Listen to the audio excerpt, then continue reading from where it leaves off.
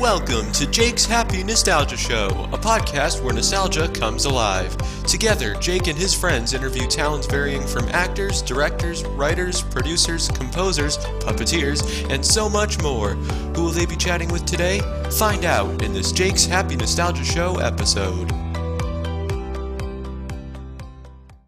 What is going on, you guys, and welcome to another exciting episode of Jake's Happy Nostalgia Show, where nostalgia indeed comes alive. Joining me as always, Matt Bingel, Marty Monster, and Chris Bixby. How are you guys doing? We are great. Hey, and we got the host with the most, Jake Deffinbaugh. Doing great. How about you, Wyatt? I'm doing incredible today. Who do we have this Good to week? hear. Somebody big. So this guy was big in the UK. Big. It still is. He still is. He has done Sure. worked with Henson on stuff like Muppet Christmas Carol, Treasure Island, and many more. But most people know him. We know him as the voice of Zippy from Rainbow. Here he is, Ronnie Le Drew. How are you? Hi, everybody. Yes, I'm very well, thank you. Very nice to Good to be here. hear. Very nice. to Happy to have you on. Happy to have you here. How are Yeah. you? Thank you. How are you doing? Excellent. Really good. Waiting for this amazing chat with you all. I know. I'm Yes. waiting for today as well. Oh, Wonderful. I'm glad to finally make it happen. Yeah, for sure. Yeah. definitely. So we know who you are. For those who don't, would you care to introduce yourself? Okay. Well, I've been a puppeteer all my life.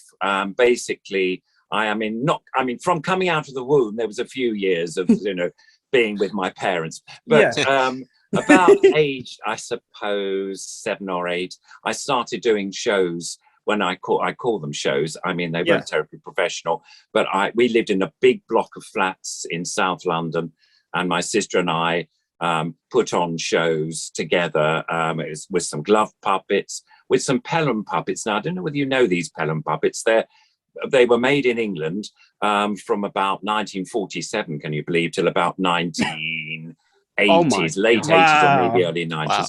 And they were kids' puppets that you could buy, string puppets, marionettes. Marionettes. But yeah, that's it. Anyway, so I had a wind-up gramophone. It makes me sound like a 99-year-old or something, but I was given it. We had these 78-speed old plastic records. We put them on, and goodness knows I can't remember all the tunes, but they weren't exactly brilliant. But it was okay to move the puppets around to this music, and the kids sat on the stairs going up to the next floor of the apartment, which was quite funny because it was like a raked auditorium for them, and they didn't mind it was concrete, but anyway, there you go.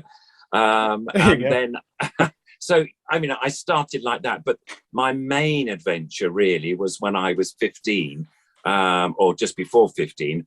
I visited the puppet theatre in North London called the Little Angel Theatre, and I saw an amazing marionette show there performed by John Wright, who was the founder director, and his wife and about 4 other people.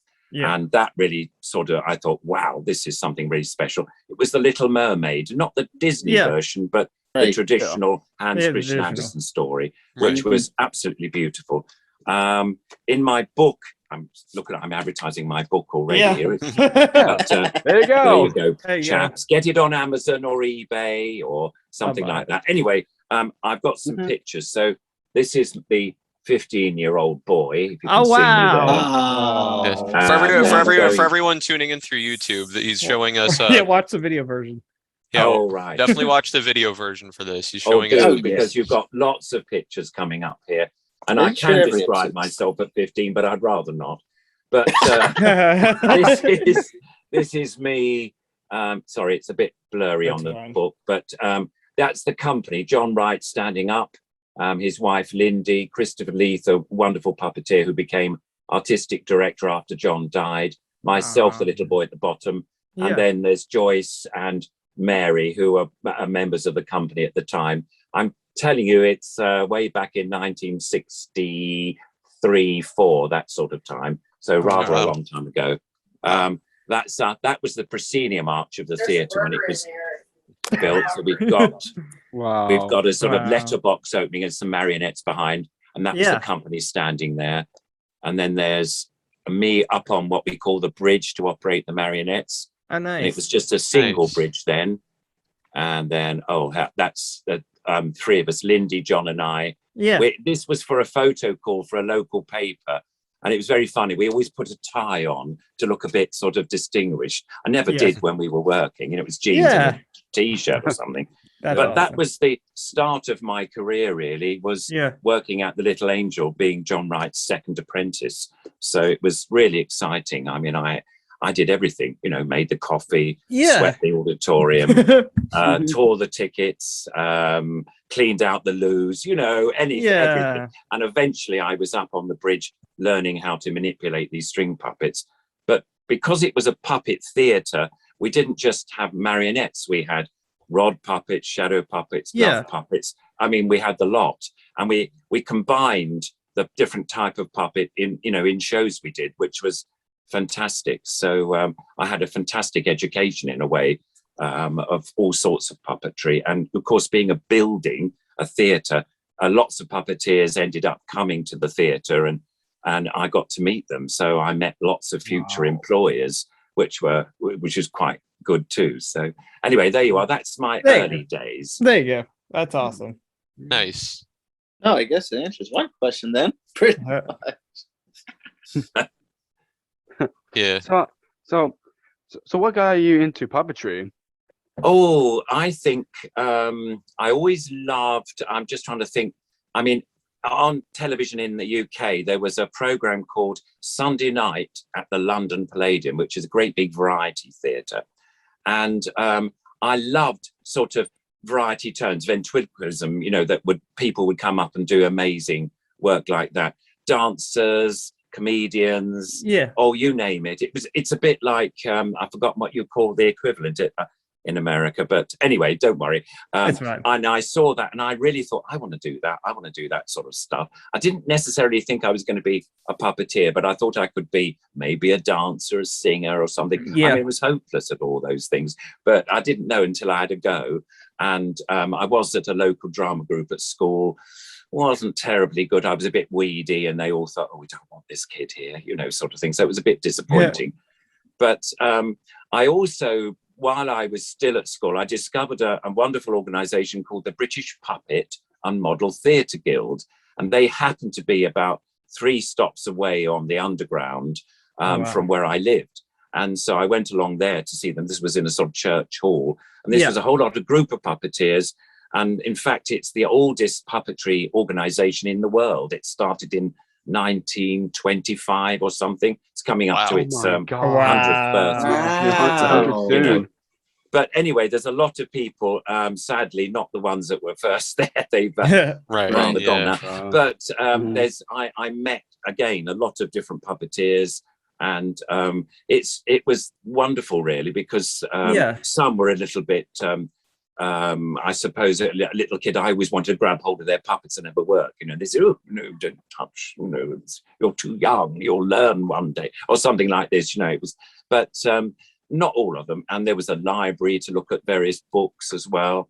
And also, I think through them, I discovered there was a shop in Covent Garden, which is in the sort of West End of London, called the Pollock's Toy Theatre shop. And they had toy theatres, miniature theatres, which were quite small. And what you did was you cut out sheets, which you were bought with the theatre. And they had the figures of all the various sort of characters that they portrayed and the scenes. And so, but it was all in model theatre. It was always quite small. Yeah. And I loved that as well. I set that up. And I mean, I learned a great lesson, actually. I had some kids that, again, summer holidays, we had 6 weeks off or something. Yeah. And instead of sitting on the cold concrete steps, I got them to come into my bedroom and I'd put this model theatre up and I was going to do a wonderful production of Hamlet. You know, I mean, you know, one can't get any bigger than that. Anyway, but there was all these little cardboard figures. So I was doing this show and it was the Ramparts and Horatio was going up and down and the ghost came floating down on a bit of cotton or something. Anyway, I thought the audience was absolutely, they were so quiet and I thought they're really into this. And I was having a ball doing all these silly voices and stuff. Anyway, I put the curtain down after that scene. I thought I'd just go round and see how they are. And I went round, I looked round the corner because I was sort of, you know, covered up. I didn't see them. Anyway, I went round and there was not a soul there. Basically, they'd crept out because they were bored out of their minds. And really, what it was, the reason why I'm telling this story is, the fact is, I think I learned my biggest lesson. You don't just perform for yourself. You're actually performing to an audience and audience reaction and all the rest of it. I mean, at that time, I just was having a ball doing my own thing. So that was a good lesson to learn quite early on, really. Yeah. Nice. Oh yeah. That's awesome. Nice. So, so getting into puppetry, who were some of your inspirations? Right. Okay. Well, I suppose John Wright and Lindy and the Little Angel Theatre Company were my first inspirations. But going to the Puppet Guild, I met some wonderful English puppeteers. One, for instance, was a man called John Blundell, and he was famous for making the puppets for Thunderbirds and Stingray and a few of them. I mean, him and a group of people, but he made the puppet Parker from Thunderbirds. It used to be Lady, the sort of lovely guy, and he made all sorts of wonderful characters in Stingray and stuff. And he was a member of the Puppet Guild, and basically I was like thrilled. I was still going to school when I was a member of the guild, and I used to go back to the school and say, you never guess who I've met. I've just met John Blundell. He's the famous guy that makes all these, and I had a photograph he'd given me, and so made all these puppets. So he was a great influence. There was another couple. Funny enough, the guy has quite a sort of funny name, but it's A.R. Philpott, Alexis Philpott, and he ran the Educational Puppetry Association. Now that sounds terribly grand, but it was a basement in Holborn, and it was mostly for teachers who were creating puppets for educational needs and all the rest of it. But he was lovely, and his wife Violet, who became a great friend, well, both of them did. They were sort of mentors, really, mostly for my glove puppets and performing live. A lot of the performances I did early on with the Little Angel were pre-recorded sounds, so I was just concentrating mostly on, miming the puppet to a pre-recorded dialogue. But with Violet and Panto, they said, look, you should do live performances because you like doing funny voices and all the rest of it. And so they encouraged me, and this is one of the first puppets that they gave me. This is the Helio Round the Nice. What a lovely Nice. Very nice, thank you. I'm a very old puppet and a very old bird called the dodo bird. And I go to the Natural History Museum and I look at my grandfather in a glass cage, and I say to myself, hello, Granddad. But sadly, he doesn't move. He doesn't wave back. He's stuffed, which is a bit embarrassing. But there you are. And so this character here, the dodo bird, was one of the first characters I did with my first sort of professional show away on my own. Basically, I had a glove puppet booth. I had some other characters. He was the sort of rather grand, frightfully. Oh, thank you very much. Anyway, so that was him, and he's still going strong. I still use him quite a lot. He's just a simple glove puppet that has two fingers in the head, and like that and like that. For those of you who are interested. So anyway, I'm going to go now because I'm a bit chilly. London's very cold at the moment, but lovely to meet Americans. Nice to meet you too. Nice to meet you too. Anyway, so that was Violet and Panto were incredible, wonderful mentors. John Blundell, John Wright. I also met fairly early on a wonderful puppeteer called Jan Bussell and his wife Anne Hogarth. And in fact, in about 1964, 65, I actually worked for the Hogarth puppets, and they were famous in this country for a puppet. Now I'm just looking up the photograph. Excuse me. Here we go. Now, let's see if I can get this into the thing. Now it's a bit small, but the guy with the blue T-shirt holding the dragon is me. Jan Bussell is sort of leaning against. This was a caravan for marionettes and all sorts, and there's Anne Hogarth, his wife, sitting with a yellow sort of blouse on, and then the guy leaning sort of into the shot on this side there is John Blundell. Actually, he came to visit us while we were performing, and then the guy sitting at the bottom is quite a well-known puppeteer. You may have seen him on the Henson show when he did those puppeteers from all over the world. I can't remember what the title was. His name's Richard Bradshaw, and he does wonderful shadow puppets, and he's an Australian, and he'd come over and he worked with us. The two of us did the sort of stage management for the show, really. We did a little bit of puppetry, but that, I was so lucky. I met all these sort of iconic puppeteers purely because I discovered the Little Angel, purely I discovered the British Puppet and Model Theatre Guild. And so I suppose some people say, oh, you're terribly lucky. Well, it was just, you know, I was there at the right time and the right place. I suppose that was the reason. There you go. So you started out at the Little Angel Theatre in London. What was that like? Fabulous. I still am involved, actually. I don't do as Oh, many wow, shows that's there, awesome. but I do a lot of teaching. They have now studios, which they have lots of students. A lot of drama students now come. Yeah. Originally, it was sort of fairly people that just wanted to make a puppet and didn't quite know what to do with it. But the drama students are quite keen, or actors, I should say, as well. I mean, a whole mixture. Quite like to put something on their CV as I've done some puppetry, because there's nowadays, which is wonderful, there's a lot of puppetry in the West End of London, you know, sort of theatres there. You know, I mean, Warhorse was a big example, but they've had, Avenue Q came over. Came over to England, and there's been tours of Avenue Q going around the country. I don't know whether there's one now, but there certainly was. So puppeteers were needed for that. What was the other one? Oh, I know, The Lion King has wonderful puppeteers. Oh, wow. It's a fabulous show. Definitely.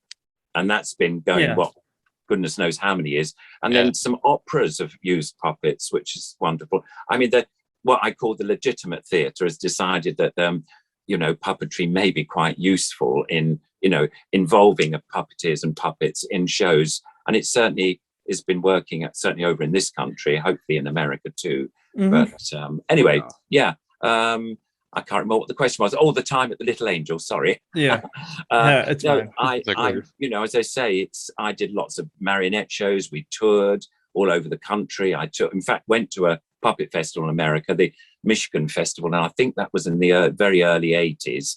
And I was so lucky there because I met my American puppet icons, people like Jim and Frank. And in fact, I actually met.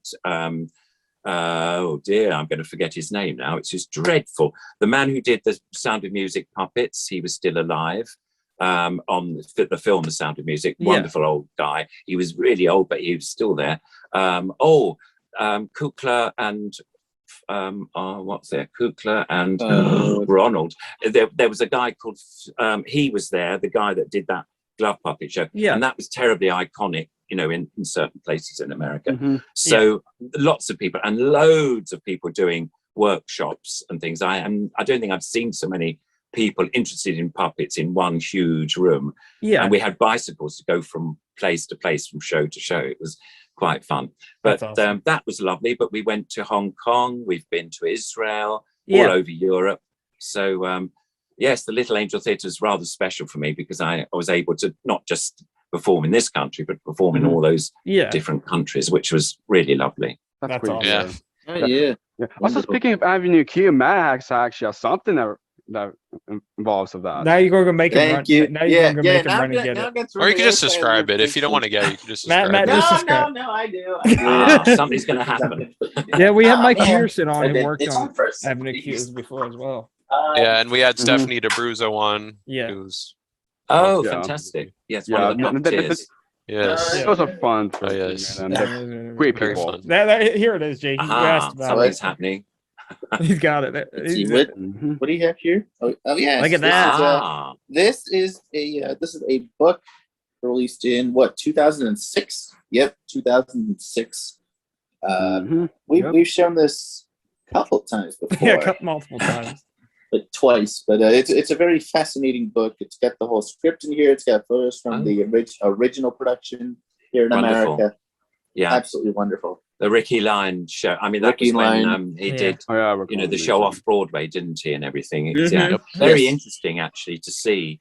I mean, I loved it. It was the energy in the show. The audience, absolutely. I saw it about 3 times over a period, but I thought I can't miss. Once wasn't enough. Anyway, it was really good. I mean, every time the audience were sort of got up their feet, off their bums, I'm going to say, but and stood up and clapped, and really they loved it. And fun enough, I had a thing though. I suppose this is the old traditionalist in my head. Was that I felt when the performers were performing with, I'm going to pretend to have a Muppet puppet. I didn't bring one, but say this was one of the Avenue Q puppets, and when they were singing, I felt the puppeteer should be looking at the puppet while the puppet's singing. And then when they're doing stuff, that stuff. And in the British production, anyway, there was and I know because I knew the puppeteer who was training mostly dancers, singers, musical theatre people, but they did a wonderful job. But for me, the director of the piece had said, look, play out there. So they were all going, hello, everybody. And I found it difficult to concentrate on the puppet or the actor, because obviously the actor's face has got, is very immovable. But if he was just he or she were just looking at the puppet doing the thing, I think the concentration would have been better. I mean, there was a scene where one of the puppets was looking through a window at the top of the set. It's probably medicine, and he was. I think he was one with a head, and he had live hands, and he was singing away. It was such a relief just to see a puppet doing its thing. But I know some people may say, "Oh, that you're a bit old-fashioned," but I just felt that was something that niggled me a bit. But the actual performance, I thought, was fantastic, and the energy was really good, really good. But I did see a video. I think it was somebody had made it on their phone or something of the original production, off-Broadway production, because it was a bit shaky. But what was interesting, the puppeteers there, when they were performing the puppets, and it was a similar, it was the same show, but they were when the puppets were talking, they were looking at their puppets, and when they were doing stuff, the puppets were looking at them. So I thought, it's interesting. So maybe Rick Lyon, who I think produced, I don't know whether he directed it, but I know he made the puppets and did all that. So I wondered whether he sort of said, look, I think the best thing is, to do it that way. So anyway, I thought, that's good. I'm glad the original production was done that way, because I just felt that was something that's slightly missing in the show that I saw. But anyway, I'm whittering on now, which is a bit naughty. That's fine. That's okay. No, it's fine. So before Rainbow, you got to work with another British puppet icon, Muffin the Mule. That's right. Well, Muffin basically was a puppet that, can you believe it, even started before I was born. And I'm 100 years old. I've had a lot of work done. But it started in BBC. When it started, first of all, it was 1946. And the puppet was made in 1932, can you believe it? Oh, and so it's a really old figure, but working beautifully. Absolutely super puppet. Anyway, this puppet appeared on television in the days of black and white in 1946, just after the war. Oh, wow. And there was a lady playing the piano, and this mule was dancing on top of the piano, grand piano. And she was playing the songs, and Muffin was sort of dancing to it. And then Muffin had a whole lot of friends that he would go off, and Anne would bring another puppet on, a peregrine or an ostrich or a lamb or various characters, and it became incredibly popular. Sort of television, probably in those early days, it isn't as so looked at then. I mean, I think only quite rich people could buy a television, a sort of black and white television in those days, quite small screen, and they would watch it. But it became, it went on till 1955. And by then, a lot of people bought the televisions because they wanted to see the coronation of our late Queen, in 1953. Yes. So there was a lot of interest in television then, and the families would turn on children's television and at sort of 5 o'clock or something and watch. I mean, there were other programs too, but that was the thing. And Muffin became quite famous in this country, partly because there was various companies that made merchandise like record. The lady that sang and played the piano was the sister of quite a well-known actor in this country, Sir John Mills, and she was called Annette Mills, obviously the sister. Yeah. And she produced records, or they produced records of her singing the different songs. There were biscuit tins and plates and toothbrushes and you name it. And it was beginning to get very, very famous. But sadly, in 1955, Annette Mills, who was the presenter, suddenly died. It was rather sad. She had I think she had a brain hemorrhage or something. Anyway, she died. So the BBC, and I know Anne Hogarth, who was working the puppet, thought, well, we could get another, singer and we can carry on with the show. But the BBC thought and told and that, once Annette Mills wasn't there, we'd have to close the program. But it didn't stop them performing Muffin, because way back when I joined them, I say in 1964 and 5, we did tours and in this caravan, but also on the stage. They carried on with Muffin, and it's a bit like with Rainbow. I mean, Rainbow has stopped, but people remember this character because it was on television for 20 years or something. Yeah. I mean, Muffin wasn't on so long, but there are groups of people who saw this character and saw Muffin, and just, when they see him performing, or suddenly coming on stage, oh wow. And even today, I'm lucky enough to borrow Muffin Puppet, the original one. Yeah. And I take him off to, I do all sorts of different things, but I go to care homes, where old people are living. Awesome. And it's really wonderful. I bring on Muffin at the end, and I start singing, "Here comes Muffin, Muffin the Mule." And the old people, oh my goodness, and they start singing the song, and they remember the puppet from their childhood, which is really exciting. So yeah, I was very lucky to work with the Hogarth puppets. So we did all sorts of different shows. We did a couple of operas with puppets. We did lots of variety, and we toured around all over. I mostly did London and the outskirts with them, but I remained friends with them till they passed. Really, they were the wonderful, wonderful couple. Yeah. And I know their grandkids now. When I say grandchildren, they're grown up and got kids of their own, but they're wonderful. And so I'm very much in touch with them still, which is lovely. That's awesome. That's great to hear. Nice. And I know he was in the video about your book, because I did see that. Ah, yes, that's right. Indeed. Yes. Yeah. You've done some research. That's good. Yeah. Yes. Yeah. So now I'm sure all the Rainbow fans watching and listening are wondering, how did you land the role of Zippy? Right. Good question. Well, basically, Violet Philpott, who I mentioned earlier, who was a glove puppeteer, she was the first puppeteer on the program. Yeah. And she basically they got a voice man who was quite famous in those days to do the voice, because they obviously wanted him to be male.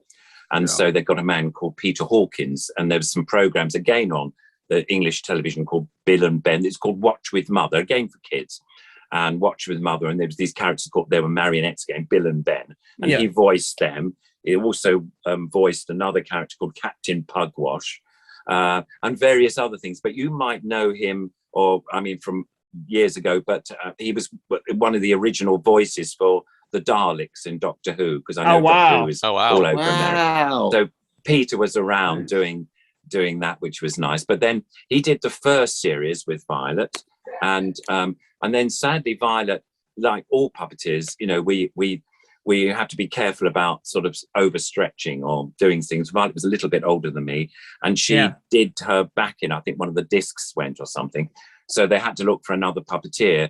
It was mid-series, so they actually literally recorded her voice, because she was doing a voice of some other characters which aren't there now. But anyway, and I remember them coming to her house in North London with the microphone, and Peter Hawkins had to go and record sort of Zippy, and so that they could sort of carry on and finish that series. Anyway, another puppeteer who was a brilliant puppet maker, and also established his own company eventually, and his name was John Thurtle.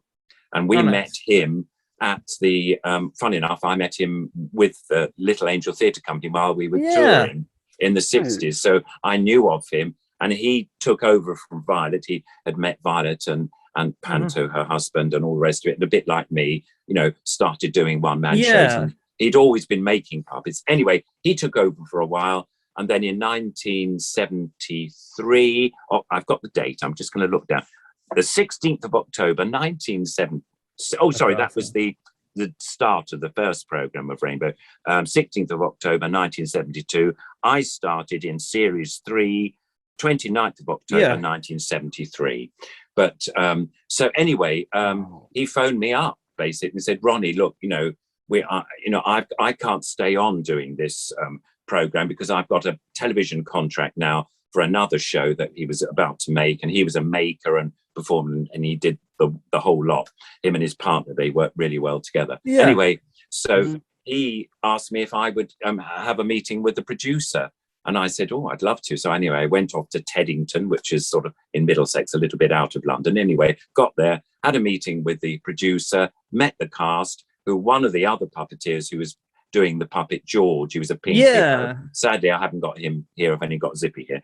But anyway, the meeting went very well. And she said, when can you start? And because we've got another series starting in, something like 2 weeks or something. And as I say, by the 29th of October, I was performing Zippy. And I've done a little bit of television, but not a lot. But I had sort of learned to lip sync a bit, with just because I'd seen, I don't know, I suppose I can't remember when the Muppet Show started, but I think Sesame Street was on. So I'd seen Muppets on Sesame Street. Yeah. And of course, when Sesame Street was taken off London television or English television, because I'm afraid the educators thought some of the words weren't spelt correctly, like theatre, and some of the pronunciation was a bit different. We don't have sidewalks, we have pavements, but and all this sort of rubbish. But anyway, it meant that the different independent television companies were making these preschool programs. So in a way, without them saying no to Sesame Street, we wouldn't have had a rainbow.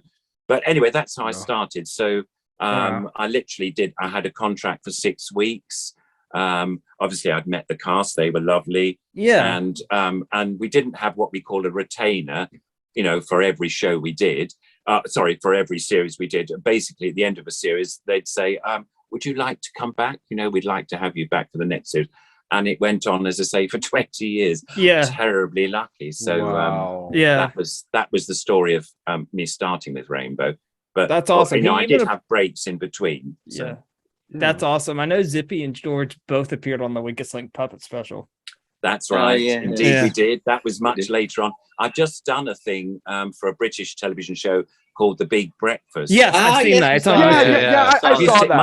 that. You're very quick off the market seeing all these stuff. Anyway, but and that was just me appearing, and I had the puppet behind the couch and they had to guess who it was. And anyway, you saw it, so Yeah, that was fun. And that was quite fun. But I've also done it's quite fun, really. I think because he's got a sort of iconic status, people ask him to appear in just a short little snippet in their programs. So there's another program on what we call Channel 4 over here, which is called The Last Leg, which is quite a sort of political type of a satire program with 3 wonderful presenters. One of them sounded a little bit like Zippy, had a sort of Zippy type voice. And so they wanted Zippy, to come up and surprise the other presenter, which we did, and that was a great laugh for everybody. But awesome. So no, it's been a wonderful program. I've also had time to work. You'll probably come onto it, but with the Henson things, because we had the summers off. We had the sort of Christmas part, from about the end of October off as well. So it meant I could do Christmas seasons and work in the summer. So it was quite good. And I would go back to the Little Angel and do shows for the Little Angels. So I was always working, which was very nice. That's awesome. That's awesome here. Nice. So do you have a favorite episode of Rainbow? You see, people would say that it's the naughty one. I don't know whether you've seen this naughty episode. I know about that. There's, it's a good one. There were some. I quite like Zippy misbehaving, but there were so many. We did over 1,000 programs, and I think the ones that we had fun in were the ones where they became characters. Like we had a Zip Man pretending to be Batman, with and George was Robin and all that. That was fun. And we actually, Jeffrey, who was the presenter, he played the Joker and had wonderful makeup identical to, the films and the TV series and stuff. That was great fun to do. Lots of ones, really.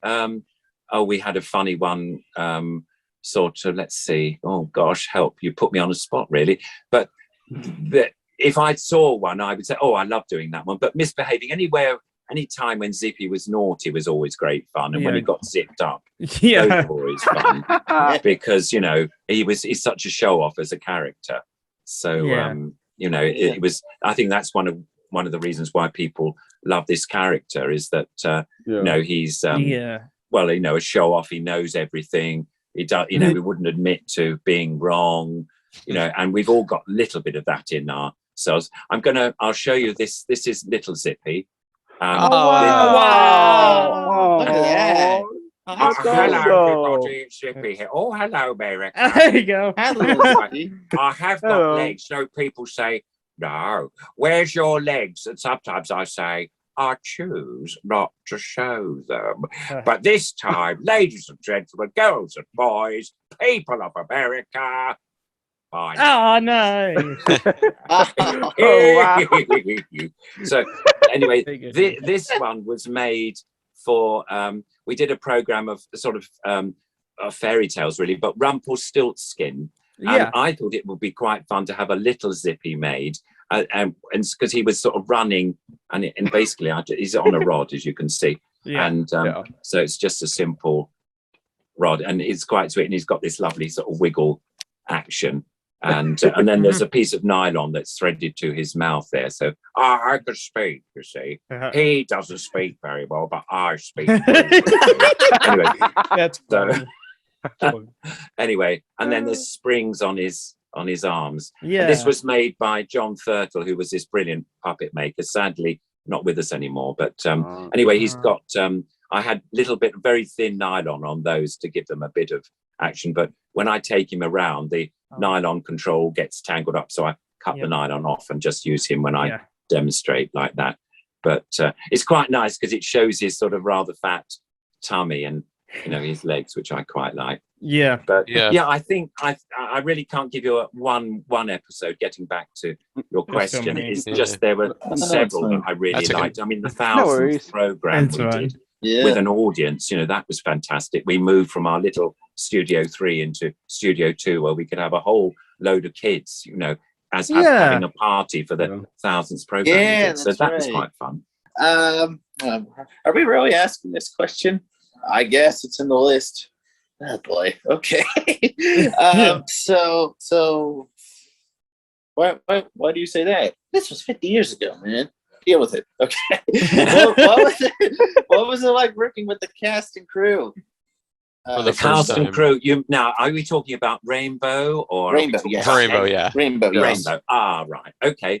They were lovely. I mean, we all got on incredibly well, believe it or not. I mean, 20 years is a long time for us all to sort of, in fact, it was a little less than 20 years.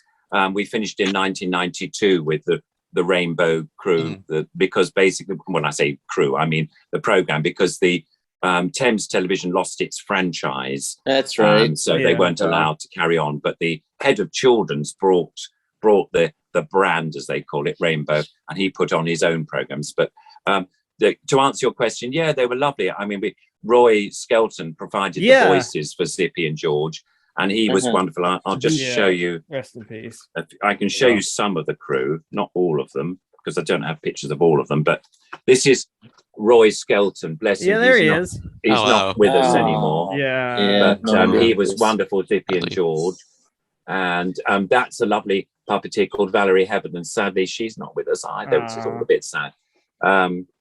Over here now, I don't know whether you'll see very clearly, but that is Malcolm Lord, who went on to play Bungle eventually. But he's sitting on one of our low wheelies that we sit on, and that's how we operate. You can just about see Zippy hidden, but I'm hidden behind the thing. But he's doing George there in the studio. This was a later program. These were continuity photographs. I don't know whether you can see anything on there at all, but let's show you this one. Oh, that's a better one. That was a later Zippy. Oh, wow. And he was wearing a scarf, and I think we had to keep, photographs, because we did, close-ups of them, and we only had a single camera when we did the later programs. So we had to have these continuity shots, and hence the publishers of the book said, must have all these, the sort of production type photographs rather than very posh posed photographs. They like the ones that are all about the workings.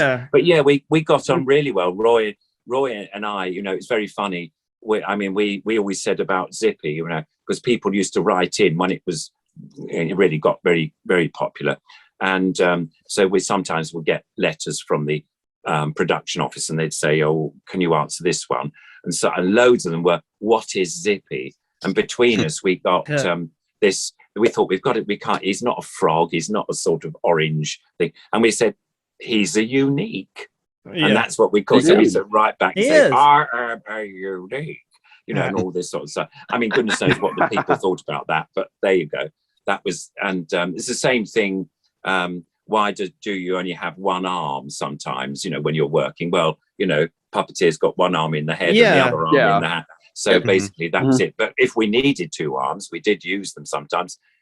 It would be a single of the puppet, Zippy or George, and Malcolm or whoever it was, or Valerie, would put her hand into into another arm. And so the two arms would be used. So we would sort of share that sort of thing. But awesome. We got on with most. Sometimes some of the directors were what we call, there was a term we used to say, baby directors. Basically, with children's television in this country, a lot of, big companies in those days would get a director who's perhaps straight from film school or something or other, and get them and put them on a children's program first. And then they would get on to dramas and all the big stuff as a sort of training ground. So sometimes they say, "Oh, I know what we want to do. We want a big close-up of the puppets." And that would be murder for us, because there's, you need space around the picture for the puppet to move. If, for instance, I don't know what I've done with my, it's fallen on the floor. Excuse me. Here he is. That would be, that's too close, hardly, and he's out of it. And they'd sort of want to close up that big. Well, that, if you imagine that, there's just not enough room to move. That gives so much more space and for the puppet to move and be itself. So anyway, that was one of the things that sometimes we used to say, we don't want massive close-ups, because they used to think, I'll give you a big close-up. No, I don't want it. I want space. Whereas Jeffrey would say, I'd love a close-up. Well, that's different. So it was quite funny, really. But we got on very well with the singers. A lot of the time they were recording their own songs and stuff, and they weren't always in the program, but most of the time we recorded it with them sort of after. Sometimes they were first on if they had a complicated song, and we'd wait in the green room, and then after they finished their song, we'd go in and do our set scenes and stuff. And occasionally we did a bit of filming, which was quite nice. Zippy was, he I think actually it's one of my favorite programs. It's just sort of, but it was favorite because I got out of the studio to do some filming, which is always nice. When you're sort of studio bound, it's lovely, but it's quite nice to do something on location. And Zippy had decided that he was going to be a train driver, but an old-fashioned steam train driver. Oh, nice. And there's a wonderful railway, which is about a third size of normal steam locomotives. And so we went there, the Hythe and Dymchurch Railway, and they had a whole lot of kids coming on a train going this way, and Zippy was going on there, and he was in the driving. I said the driving, I mean the front of the locomotive, pretending to shovel coal in and waving. He had a hat pinned onto him, and he was waving to the kids as they went by. It's quite nice. That was quite fun. So that's awesome. Yeah, no, we occasionally had arguments and stuff like that, but if you're working together, it's just like a family, but you get over it, because you think, well, we've got to do the next, show. So let's, be sensible and grown up and mature and all that sort of stuff. But we were fine. We very rarely had anything that was really, really ghastly. That's awesome. So do you still keep in touch with anybody from Rainbow? Yes. Every now and again, I see Malcolm Lord, who was George for a long time and then went on to play Bingel. I have seen Jane, but sadly, in the last couple of years, Freddie died, her partner, which was, Jane, which was really sad. He got a cancer, which was horrible. And same with Jeffrey. He passed away a few years ago. Yeah. Roy was first. Yeah. So we've lost a few of the company. I haven't seen Rod for a long time, actually. What we used to do is occasionally we'd see each other on programs nostalgia programs or something like that, where we'd come along and I'd do an interview, a bit like I'm doing now, talking about Rainbow and the various characters. And sometimes Jane, Rod and Freddie would, well, this was a long time ago, but would be in the next year chatting as well, or waiting to come in to do their little bit. But no, that's about all. I mean, I have another puppeteer, Mark Mander, who plays George when we do the live links and things occasionally, and that's nice. We did a thing for Children in Need, which was a charity program, which we had loads of puppeteers on that, and that was great fun. We're all in the green room wittering on, saying, "Oh, I haven't seen you for a long time," and all this sort of stuff, which was really nice. But it's funny, it was a bit like a school term. You know, we saw each other while we were making the programs, and then we'd say goodbye and off and do our own things. I'd go to the Little Angel, or I might work with Henson's, or I might do my own shows, or I might be teaching, you know. So, and then we'd come back and the first question would be, "Well, what have you been doing? Have you been busy?" You know, so it was all that sort of thing. So it's mainly a sort of working thing. We did have the odd meal all together sometimes to celebrate something. I think we did when we did the 1000th program. We all went out to a restaurant, and I think we went to one of Jane's birthday parties. We had a nice meal out. So yeah. Nice. That's awesome. Nice. So in 1975, Rainbow won a BAFTA award for Best Children's Program. How did you feel about that? Well, very excited. It was wonderful. Very funny. I'm glad you said it was a BAFTA, because most people know about what BAFTAs are. In those days, it was called the Harlequin Award, which was basically the BAFTA people that awarded it.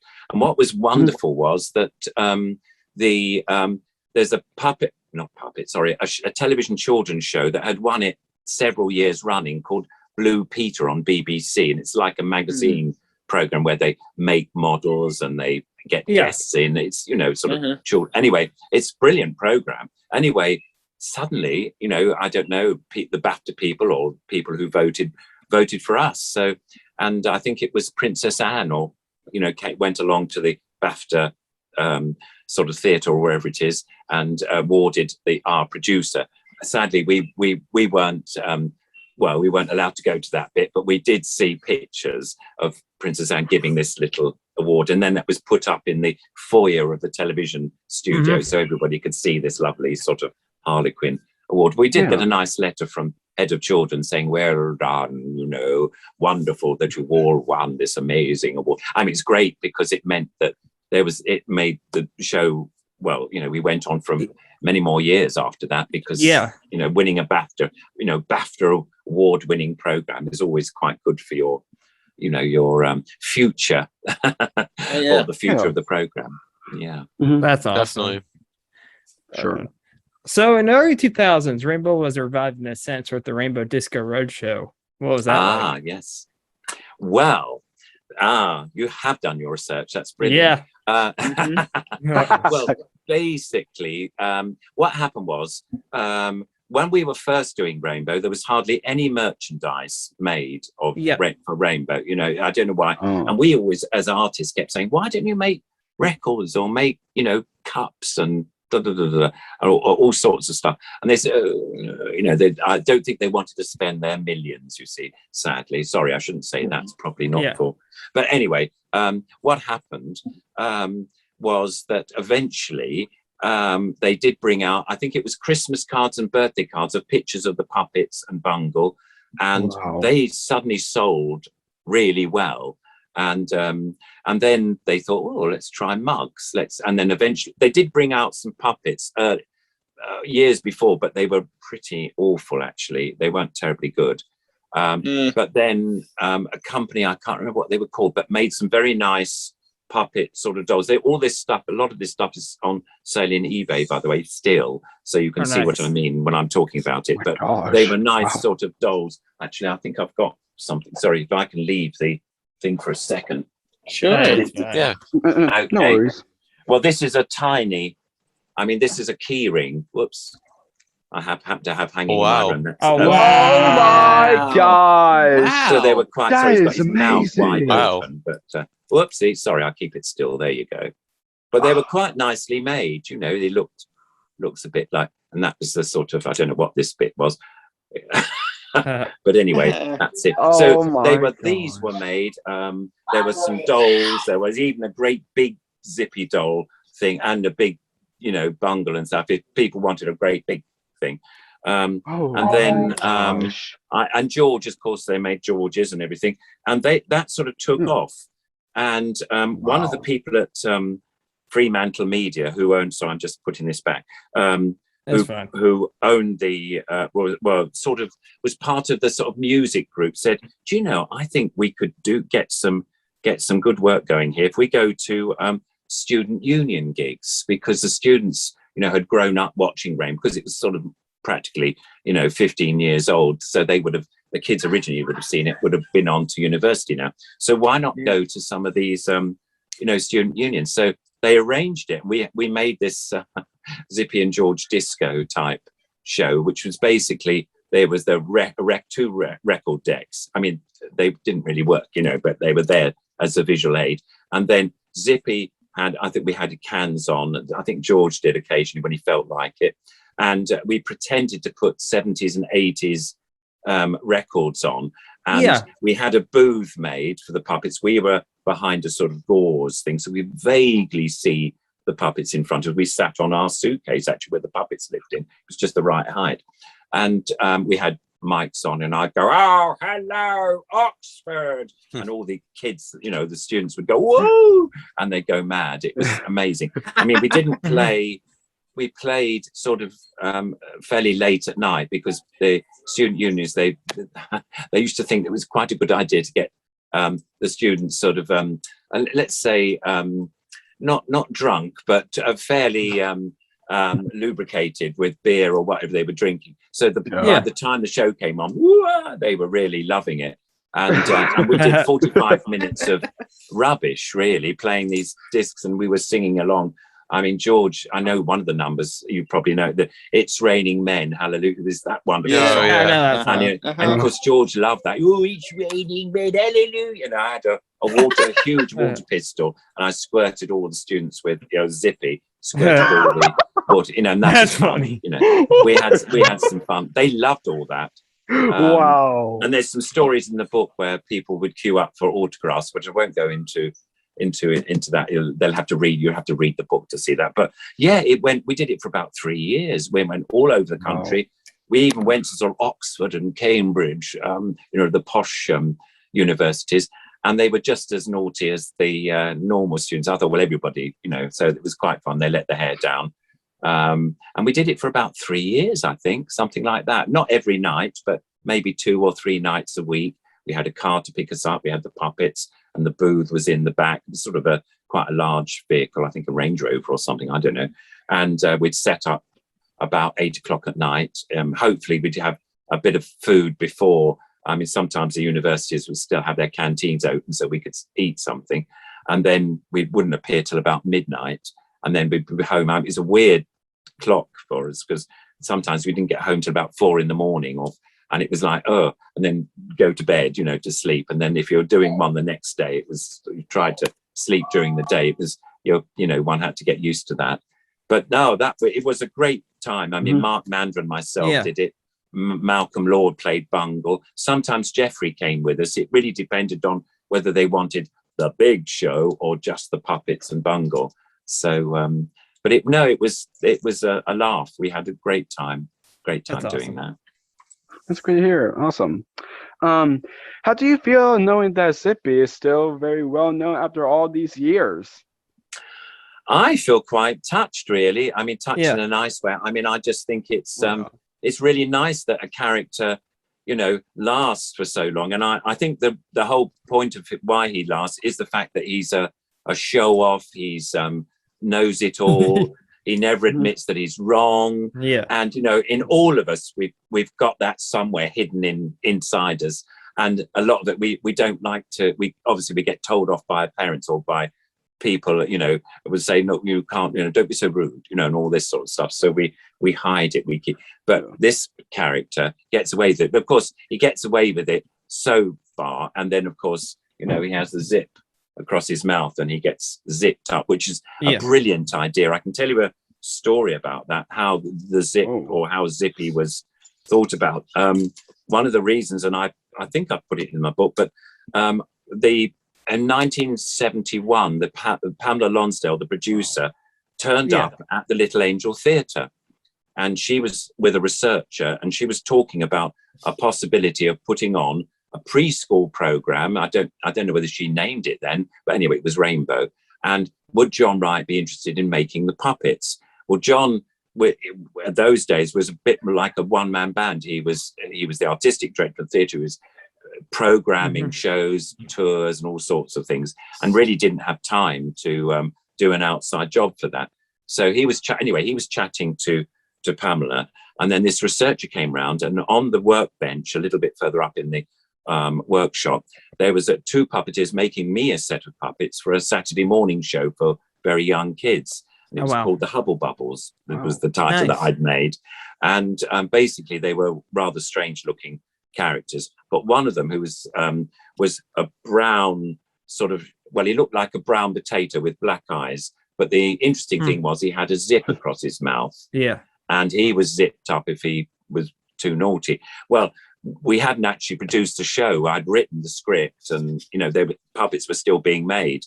And I like to think that the researcher came along and thought, oh, that's quite a good idea, and wrote a note in her thing. I mean, I don't know whether it happened, because about a year later, when Violet said, oh, I'm doing the show, and it's called Rainbow, and I said, oh, Violet, it's wonderful. I knew she was, because we were friends. Yeah. And when I saw the first show, there was this puppet with a great zip across his mouth, and I thought, it can't be just a coincidence that they thought of a zip. And so it's strange that all of a sudden, years later, here am I still working this puppet with a zip across its mouth. Sadly, I haven't got the puppet to show you, but I have got it somewhere where, this brown potato shape, and it's got it, great big zip there. So I like to think that happened, but I really don't know. I'm not sure, but I it did happen in the workshop. So I like to think possibly that was the story of that. That's awesome. Oh, nice. So now, in addition, we've talked a little bit about this earlier, but in addition to Rainbow, you've worked on several projects with the Muppets, including the movies The Muppet Christmas Carol and Muppet Treasure Island. What was it like working on those? Oh, wonderful. I'll tell you a little bit about the first one I did, because then it sort of comes up.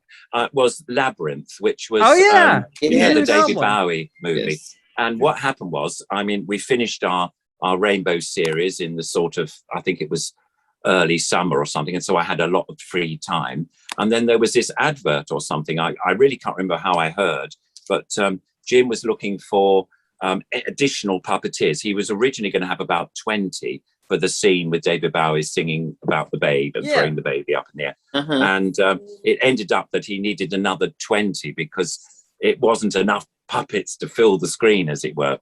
And so he auditioned some, extra puppeteers. So I went along. He had a base in Hampstead, North London, and I went along there, and I had this beaver sort of lip sync puppet. And what you could do, you could either do a 5-minute sort of piece, and they would sort of see what you were like, or you could do some improvisation. And I thought, I don't think I could even stand up there in front of Jim Henson and all these people and do a whole serious piece. I'd have to do some improvisation. So that's what I did. I'm sorry, I'm looking through to, because I have got a couple of pictures in the book. But basically I had this beaver puppet, and I did the most appalling American accent. Hi there, I'm Beaver. Sorry, I'm in the mute at the moment. But anyway, so I did this sort of silly thing, and he used to stroke. I'm not quite ready, and so he would use his paws and sort of brush his back and all that, and he'd sort of lean back, and then he'd do his front, and I'm ready now, I'm going to improvise. Oh my goodness, I'm too scared. So it's a bit weird doing it like this, but anyway, so I don't know, I did the audition, and of course you get the famous thing, but don't call us, we'll call you, that lovely thing. And I left the place, and I remember actually, I think I screamed down the road. I don't know, I was so sort of nervous. I hadn't really done auditions much because jobs sort of came one after another. I was just sort of lucky with the people I met.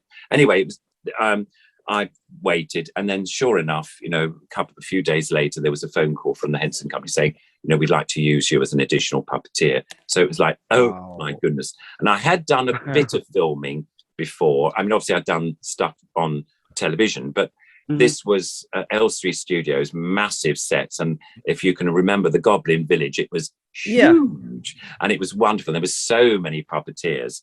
And this is me with one of the goblins I did. Oh, nice. Oh, wow. And then I'm showing off because I managed to sit on Jareth's throne, for a picture. Oh, wow. So that was I tell you, it was so exciting. There were so many of us. We're all in the green room. We'd be called in for certain shots. We spent a lot of time with our hands, and it wasn't at all. I mean, the sets looked amazing, but behind it was all plaster and scaffolding, and I mean, it's not not terribly comfortable. And there was sort of scaffolding, and there was wooden planks we had to sort of lean on, and in those days, in the Labyrinth days, their monitors were some of them were old computer monitors, like the green. I mean, and so it was pretty naff, and the picture was like not Panasonic, the sort of that size screen, and it was tiny, and you could hardly see your puppet. Where is it? And Jim would say, "Don't worry, just keep them alive, and you're in the background and sing the odd bits that we had to." I mean, it was all pre-recorded, but we lip sync to that. But it was wonderful, and there was a lovely moment where I met. When I say but there was a group of us at lunchtime. In those days, we could take these pictures, which are quite nice, of the puppets, us with the puppets. But later films, you're not allowed to take any, no pictures. You just got to work there.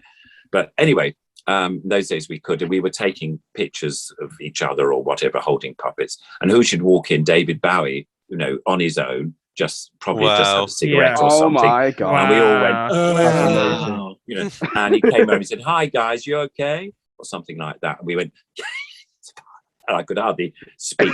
Nigel, a friend of mine, said, "Oh, we're fine, thank you." And I'm going, "Oh my God!" But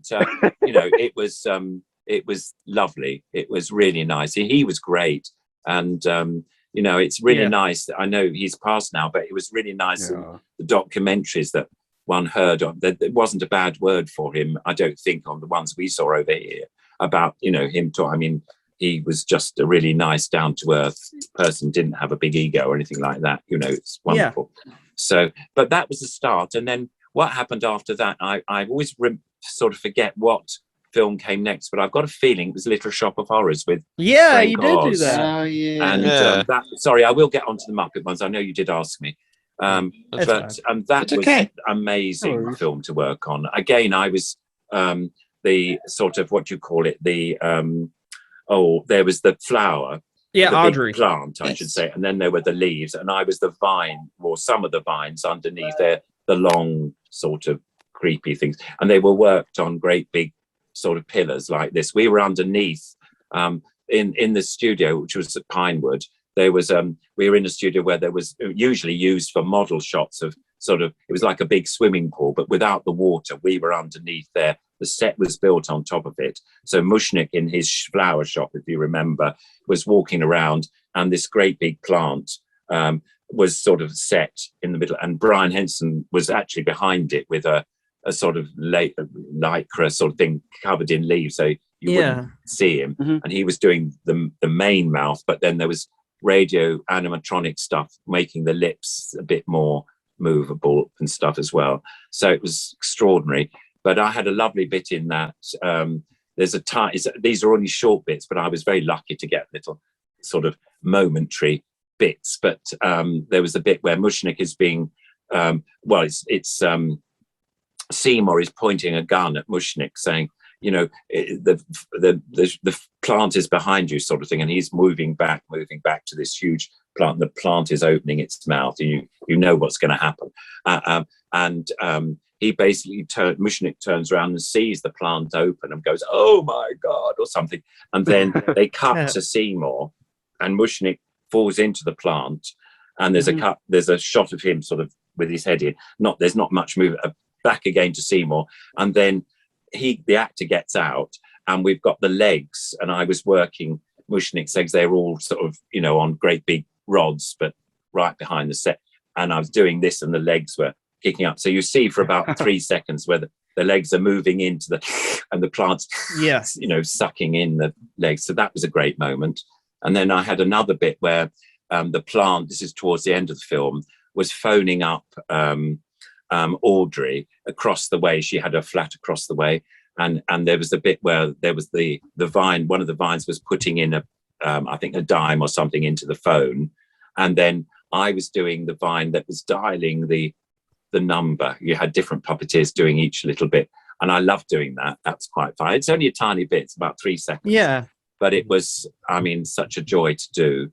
But so that was, we did lots of other bits and bobs as well. But that was the main stuff. And they were lovely to work with. Frank was wonderful. He used to play table tennis with us in the lunch hours and stuff, not every day, but it was a very nice group of people, quite a few people too.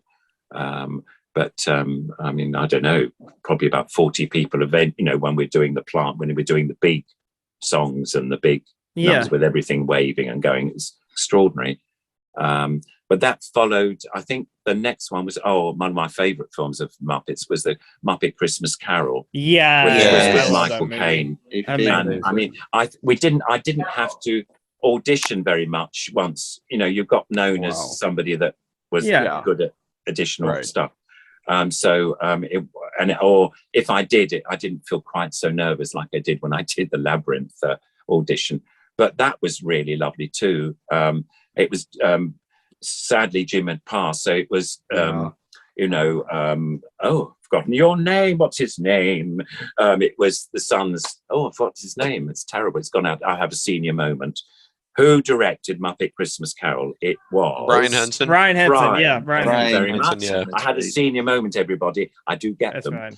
And No so worries. basically, it was his first film, so it was, but it was, I think he did a fabulous job. He did. And we were doing the extra people looking through the windows while Michael Caine and Kermit and it wasn't Fozzie, it was Gonzo were walking, and the snow was falling and we were puppets looking at, and we did sort of all sorts of different puppets in various songs. But one of the nicest moments I always remember was towards the end of the film when Scrooge had turned over a new leaf, Michael Caine, and he'd brought this great big turkey for the Cratchit family. Yeah. And they were about to have a big meal, and the camera pulls out like so and reveals all the people sort of sitting at the table, all terribly excited. And we did various shots of that. It was only probably, again, about 5 seconds. I always thought it took practically all afternoon to get all the different shots that they were doing. Mm-hmm. But Michael Caine was such a joy. He was so funny because we were in a pit down below. He was up on a rostra on the table. You wouldn't know that when you see the film, but we were down there. And he kept saying, "Coy, are you lot all right?" He was looking down at us down there and having a chat and telling us silly stories and stuff. He was really nice, really lovely guy. And the same really with Muppet Treasure Island. That was Amazing the next movie. one, I think. Yeah. And that was, Tim Curry and an amazing lot of English character actors were in it. Stephen Bishop? Bishop, I can't. The young boys now are Kevin Bishop. Oh yeah. That's Kevin right. Bishop. And he was basically he's doing all sorts of acting jobs now as a grown up. But this was this kid. But it was lovely. Again, we had this huge boat that they put in the studio on sort of mechanical, so it was sort of moving up and down, and we had all the characters pretending to be part of the crew. I remember doing some of the rats going off on holiday. We had, Rizzo's family, I suppose it was, and they were all leaving to go off some sort of, I don't know, Caribbean holiday or something silly, and they were all, that was a lovely scene. But gosh, how lucky can one be, really? As I say, I was an additional puppeteer. There was a lot of them, but I've been very lucky. I've continued doing odd bits of film as well as the TV.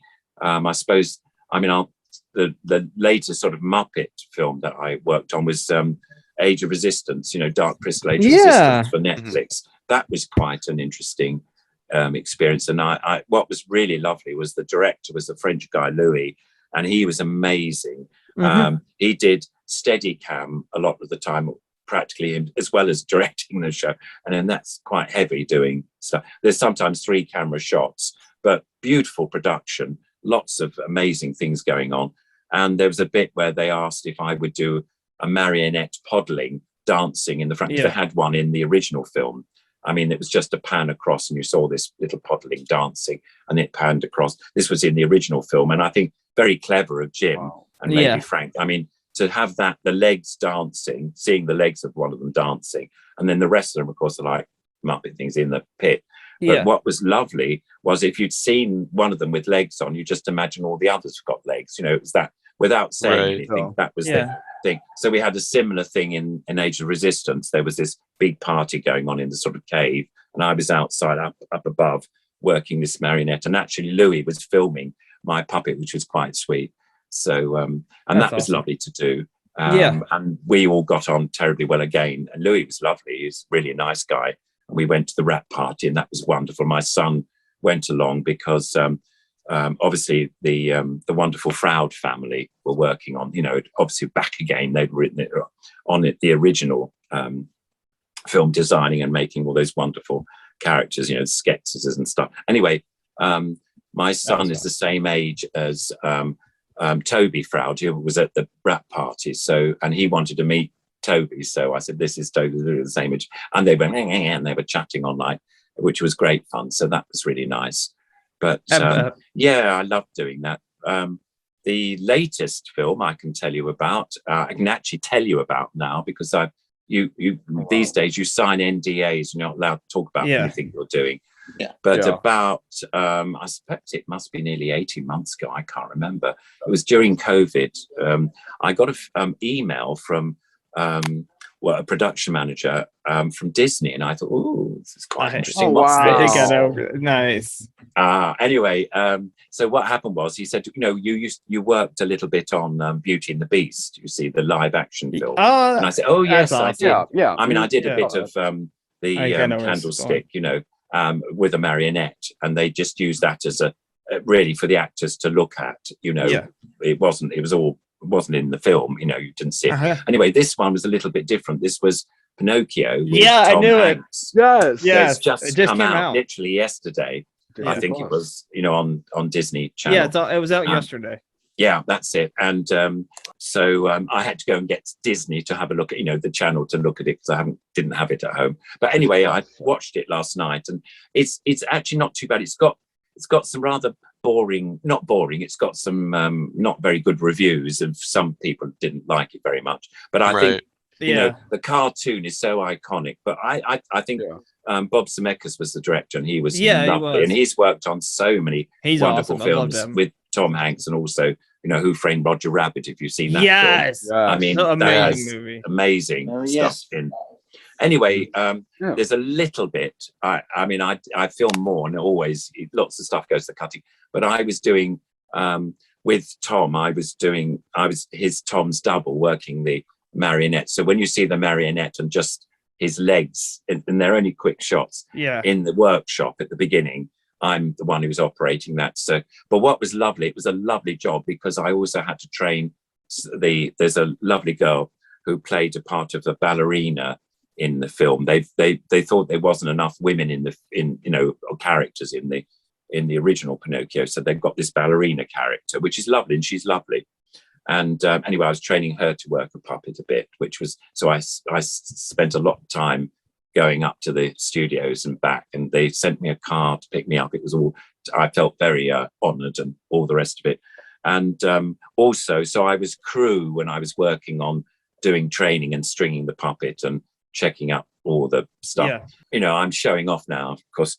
He was absolutely lovely. What was very funny was, you know, he, like the director, when a lot of the meetings at the beginning of the shoot, or before, there were sort of production meetings, we all had to do it on Zoom because of COVID was all rampant at the time. So it was quite difficult.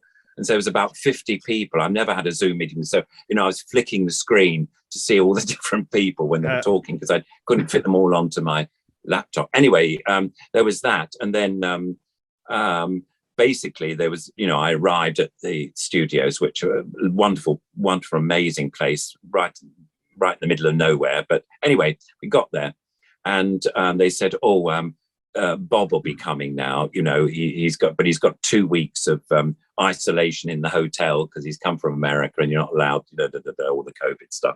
Mm-hmm. So he was sort of talking again from Zoom. It was weird. But then, anyway, he eventually arrived. But then Tom came and he only had 9 days to do his bit because he was going on to the next film. I mean, talk about workaholic. It's amazing. Anyway, he came along and they said, the puppet was ready, of course, by then. You know, we had the Pinocchio, his costume done, and it was strung, and I was ready to show him. And they'd said, I think the AD had said, he's great with props. He loves props. A lot of actors don't always like props, but he really does. So I thought, that's great. That'll be nice. So, and we were going to go to the his trailer to meet him. You see, that was the idea. But then we got a message back saying, don't worry about that. I'll come to you in the props room. So it was a quick tidy up and all that. You know, the great man is coming into the room. Wow. Anyway, he came in and he was really, he was great. I'm going, oh my God, it's Tom Hanks. But I didn't. I was very good. I kept very cool. Anyway, he said, where's Ronnie Le Drew? So I said, hello, it's me. And I had the puppet and I said, do have a work of the puppet or something. So he was having a go and he was a bit all over the place with it, but it was great. At least he was, he had a go. He wasn't like, oh my God, a puppet. But, and then he asked me the dreaded question. So how long have you been working with puppet theatre on puppets? Well, and of course I thought, oh my God. And I felt very relaxed with him. He was just like he is on talk shows. Really friendly, really easy. So I said, quite a long time. But I tell you what, I've just written a book. And I don't know what made me do this, but I know one of the reasons I'd sold a copy of my book to one of the props guys. So it was sort of in the room. So I sort of leant forward and I said, and I've got it here and you can buy it on Amazon and eBay. And I was selling him in my book, which the props guys behind me, I didn't know, were going, you can't do that. That's Tom Hanks. You don't. But he was so sweet. He said, that's great. Don't worry. It's fine. But it was quite funny, and afterwards when he left, just left the room after we'd shown the puppets. He said, you shouldn't have done that. It's Tom Hanks. Do you realise it? He's just a bloke to me. He was lovely. And he didn't say, please don't talk to me about your book. I mean, it wasn't like that. Yeah. But anyway, no, he was really lovely. And we did, it was only a very small scene in the show, in the film.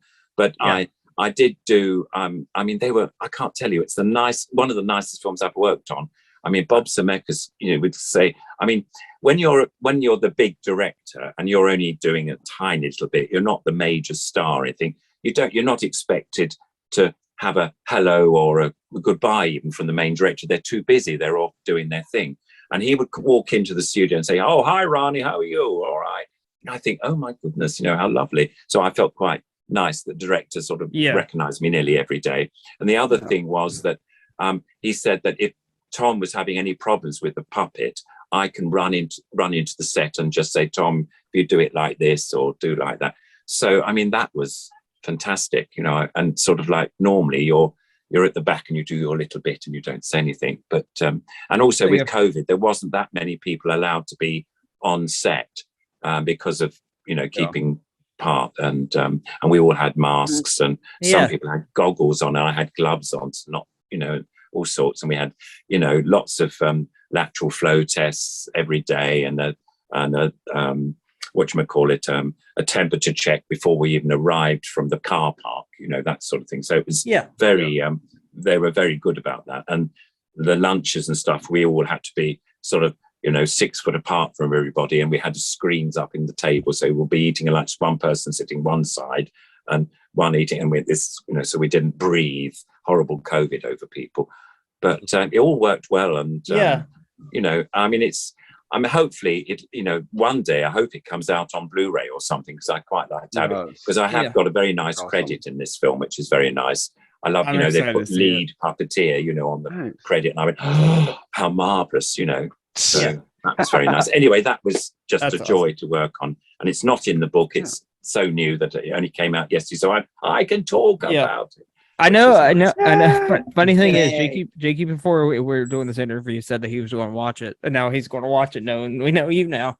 That's nice. Oh, good. Yep. Well, I hope you like it. I mean, it's definitely will. it is what it is, and obviously the puppet sequence is quite short because they've done amazing CGI and stuff on it, and he looks exactly like the original. He does. I agree. I saw a trailer of it, so yeah. No, it's I mean, I think it, I don't know. Well, it'd be interesting to find out, how long it lasts. I mean, I being involved in it, I really enjoyed being involved in it, but I don't know. It's a bit. Do you know Philip Hubar, the marionettist? Have you heard of him? He's done a lot of film marionette work on in America, but he was. Do you know the film Being John Malkovich? Have you heard of that? It was a few years ago. So. Anyway, there was a puppet sequence in that which is amazing, and he's done a lot of stuff, and he's done other films, and it's very interesting. You do a massive amount of work, and then suddenly when the cutting room floor, your stuff is reduced to a tiny bit or something like that. But that's the way of the world. It's not, it's a director's choice to pick what shots they want, and but anyway, no, it's just interesting because he's, I'd heard him say, a lot of the stuff, I'm afraid, is only very short. You might blink and my bit's gone, that sort of thing. And it's same with me in a way. In fact, I don't think, actually, I think it's really good. You can't tell which would be my work and which would be Tom's work. It's beautifully edited together. It's only a short sequence. So that's awesome. So I am kind of curious. Oh, go ahead, Jake. So it's crazy that like the met Tom, what he done. I know. Woody, the conductor for the Polar Express. So many other stuff. Turner and Hooch. Oh, absolutely. Classics. And completely without an ego. Yes, Mr. Rogers. Documentary, Oh, yes. I've yet to see that. You need to. Amazing movie. Wonderful movie. Fantastic. Right. I shall definitely make sure I get to see that. Awesome. Yeah. Great actors. Yeah. So I'm kind of curious. So back on the subject of the Muppets. So since you were kind of like an additional performer, did you get to put on any of like the core like classic Muppet characters at all?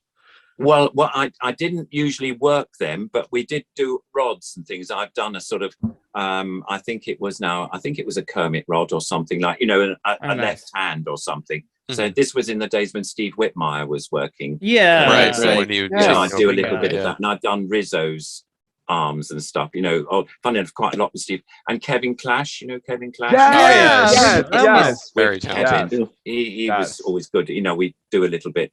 And Bill Barretta as well, who's lovely. Oh, wow. Great Nice. fun. These are all hilarious people, by the way. They're such comics, and you just spend your time laughing, trying to do the work, but they're really nice. You're trying to hold as much as possible. I've done little bits there. I've held puppets in shot for them. Like I've had sounds rude, my hand up Kermit holding it ready for a lighting thing. And then, Steve would come along and work it, but you had to have gloves on. So you weren't sweaty. Not that my hands are sweaty, but sort of do it for a puppeteer. It mustn't be that. But no, and of course you see them. They're all dotted around. All the workshop people are sort of doing stuff, and you think, oh my god, that's such an iconic character, and Fozzie and all of them. Yes, Kermit and absolutely, Gonzo and yes. We could go on and on about. I know there's that many, isn't there? Definitely. Yeah. So many. Walter. Yeah, the new Right. Right. So do you keep in touch with anyone from the Muppets? I have done a little bit. I did get in touch, or I've kept in touch with Kevin Clash occasionally but mostly on sort of podcast things. We've shared things, which is nice. Not so much until I'm trying to think. Most of the English puppeteers, people like Louise Gold, I do, Warwick, all the people that were in the sort of English contingency as well. And who else? Oh, lovely. Oh, there's lots of them. Dave Chapman. Occasionally, in fact, I was going to work with him. I'm going off to Dublin on Sunday to do a marionette film, which I'm afraid I've signed an NDA, which is a documentary, but it's a short sequence of marionettes in there. And so it's quite nice. I've never been to Ireland before, so I'm flying out. They're nice. quite nice Wonderful. to do. So I'm working with a few puppeteers who've worked on Dark Crystal, so it's quite nice. And the guy that's filming it, or it's his production company, Damien, and I've forgotten his surname, he's going to kick me, but he worked on Dark Crystal as one of the main puppeteers, but he has his own animation company. So I think that was it's a little bit about who you know. You know, I mean, they said, "Oh, Ronnie, you're very good with the marionette. I think we need." Yeah, that's awesome. So, that was nice. So, yeah, That's great. So, what do you enjoy most about your work today? the holidays. No, I'm joking. That's funny. That's wicked. First time I ever heard that answer. No, that's terrible. A terrible thing. I'm just looking for my water, getting a bit of a dry mouth. That's okay. Well, what do I like best? Do you know, I love working as a collaborative, working collaboratively with, I'm going to put the daylight on. It was too bright before. Now you can see me a bit. Sorry. I was really, I suppose it's with the group of people, and if you all get on well together, it's just awesome, really, because you work off each other's thoughts and ideas. You're sort of, even if you're sharing a puppet, which is a great thing to do sometimes, these big figures and things, somebody's doing a left arm, somebody's doing a right arm, somebody's got the hand up, or whatever it is they're doing, and it becomes one single character, and you can do that really easily when you're working on a film or a TV, because you've got a monitor to look at, and that's really, really nice. And so I love doing that. I mean, it takes a bit of rehearsal, but it's wonderful when the effect, at the end is really good. But I mean, people say, I'm quite well known for doing the marionettes, the string puppets, because I started doing those, and they're quite difficult to learn to do. And sadly, these days, there's very few opportunities to actually spend a long time working, working marionettes. But there's a school in England called the Curious School, which has marionette training in it as part of their whole big course. And That's awesome. I usually teach on that. So that's very nice. Yeah. So, Nice. That's awesome. But yeah, I hope that's answered your question. I mean, it does. I love them all, different ones. I've got two more puppets quickly to show you. Oh, nice. They're iconic characters. This is... Oh my God. I knew it. I know someone who's a big fan of that. Yeah, we have a friend who's a... Sooty. Love Sooty. Wait, Sooty. Yeah, because you worked on it. Yeah. Oh my God. Yes, I did work with you, didn't I? Yes, I did. Anyway, basically, he's got his Izzy Wizzy, let's get busy. He usually hits me on the head with the magic wand. That's nice. That's awesome. And he's That been on person's television watching again this. since about 1952 with the original puppeteer, Yes. Harry Corbett. yes. And there's a lovely man called Richard Goodell now, has taken over from the Corbett family. And and I worked on with Matthew Corbett, years ago, and Harry Corbett. And then Richard, who's taken over a few years ago now, asked me to do the series, not the last series, but the series before. And I didn't work Sooty, I worked, I worked Sue, Sooty's girlfriend. So anyway, and that's the lovely glove puppet, that's Sooty in the nude. Yeah. Oh, sorry, he doesn't like showing that. Anyway, that in the head, that there, like that. Yeah. Anyway, I so love that's Sooty. it. But there's a lovely character which I did first of all. He's going to go down, and this is Sweet. A good friend of ours. Our good friend of ours is famous City. A good friend of ours who's a big fan of I'm still doing it. which his name is This is Aspen. Sweet, so he'll say hello to you. I love that. Yeah, shout out to you, Aspen. Yes, he's a big fan of Like Sooty. you are. Big fan. Yeah, Sooty's amazing. Yes, he's probably the biggest fan of Sooty of anyone that I know, except him, Aspen. So Yeah. Definitely. And there he is. Oh, yeah. That's Sweet. And he's the naughty one, of course, and he has his squeaker to make his squeaking voice and stuff. Well, you've got an itchy ear. Sorry, you've got fleas. Oh dear, he's got fleas. Oh, no. I know. No, don't worry. He won't give them to you. Well, he Thank might. goodness. Oh, good. Thank goodness. There he is. Thank goodness. Yeah. And as I say, I'll be doing a talk in Birmingham in sort of Midlands area. I think it's in October or something, talking about Sooty and Sweep and all these lovely characters. I'm quite looking forward to doing that. And then I think I'm doing something in the future, which I can't remember exactly when it is. But, we've got a load of people who love the Jerry Anderson movies and all the, the Stingrays, the Thunderbirds. And I did years at Sweep. Can you go away because you're upstaging me? No, it's all right. You can stay. That's all right. Just sit back there. That's it next to Sooty. That's right. Anyway, so... anyway, I'll stop. No, basically, I'm going to be talking about Brains and some of the Thunderbird characters. And these people have collected and had remakes of some of the fabulous puppets that they made, the Jerry Anderson puppets, the John Blundell characters. And there's one of the original puppeteers. She's in her 80s now, Mary Turner, who operated, on those films in the 60s. And she'll coming out. So there's a group of us. We're spending a whole day talking nothing but Jerry Anderson puppets, which will be quite nice. And I'll be operating some, which I'm looking forward to doing. Anyway, so still carrying on doing some teaching. Doing this film next week in Dublin. So life is quite busy, which is quite nice after 2 years of COVID. Where nothing happened really at all, which was a bit sad because obviously all the work that I do is with people. I did quite a few podcasts, which was quite nice. I mean, I love doing that. Awesome. As you can tell, I witter on. Yeah. You can just fade me out. But anyway, there we go. So there you go. That's awesome. Yeah.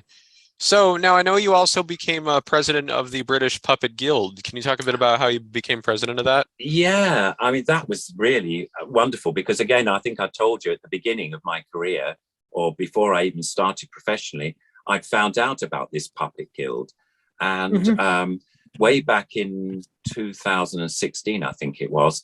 I've kept up membership. In fact, I did leave for a bit, but I joined again. And the president of the guild at that time was a man who was an actor on, I don't know whether you know the English television soap Coronation Street. I don't know whether I've heard of it. Does go to America. Anyway, it's very northern. They talk like that, Anyway, so this program was on, and he had a really good part in that.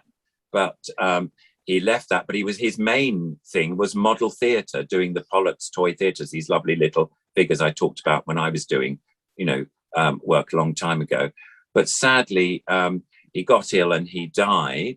And then I was rung up by the guild chairman at the time and said, "Look, Ronnie, we've had a sort of meeting and we'd really like to have you as our president because you can do all the fronting of the thing and then write letters, stuff, and all that." And I couldn't believe it. I thought, my goodness, I was a member as a kid, and now suddenly they've asked me to be the president of the oldest puppet organization in the world. So I'm very thrilled to be that. That's awesome. Oh, wonderful. Definitely.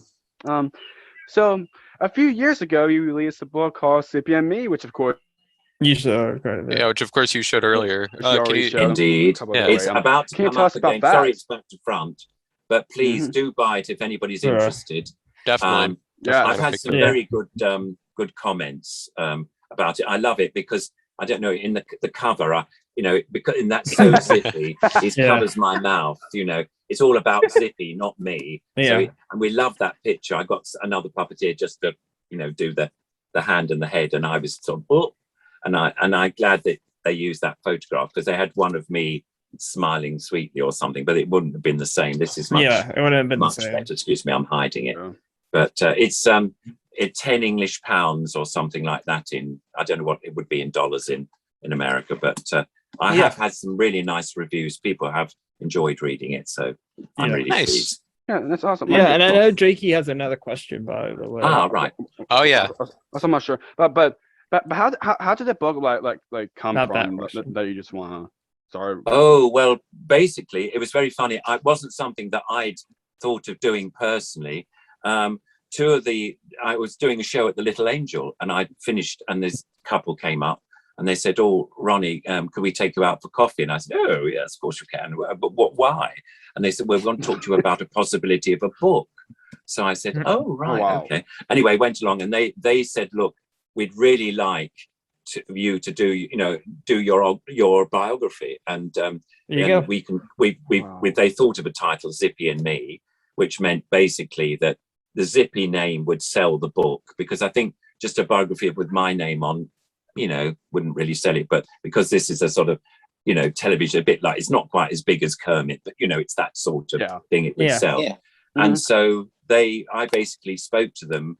They came to my house most of the time, or I did it on Zoom sometimes, or we got together and they literally wrote all the words, and then they'd send me stuff and say, "Oh, Ronnie, what was the date of that? And what did you do there?" And in fact, I kept it all terribly, what's the word? I mean, she said, "Didn't you do anything naughty on Rainbow? Didn't you do, I mean, surely puppeteers, they laugh around in camera rehearsals." Says, "Oh, the audience won't want to hear about that." Oh my goodness. She said, "Yes, they do."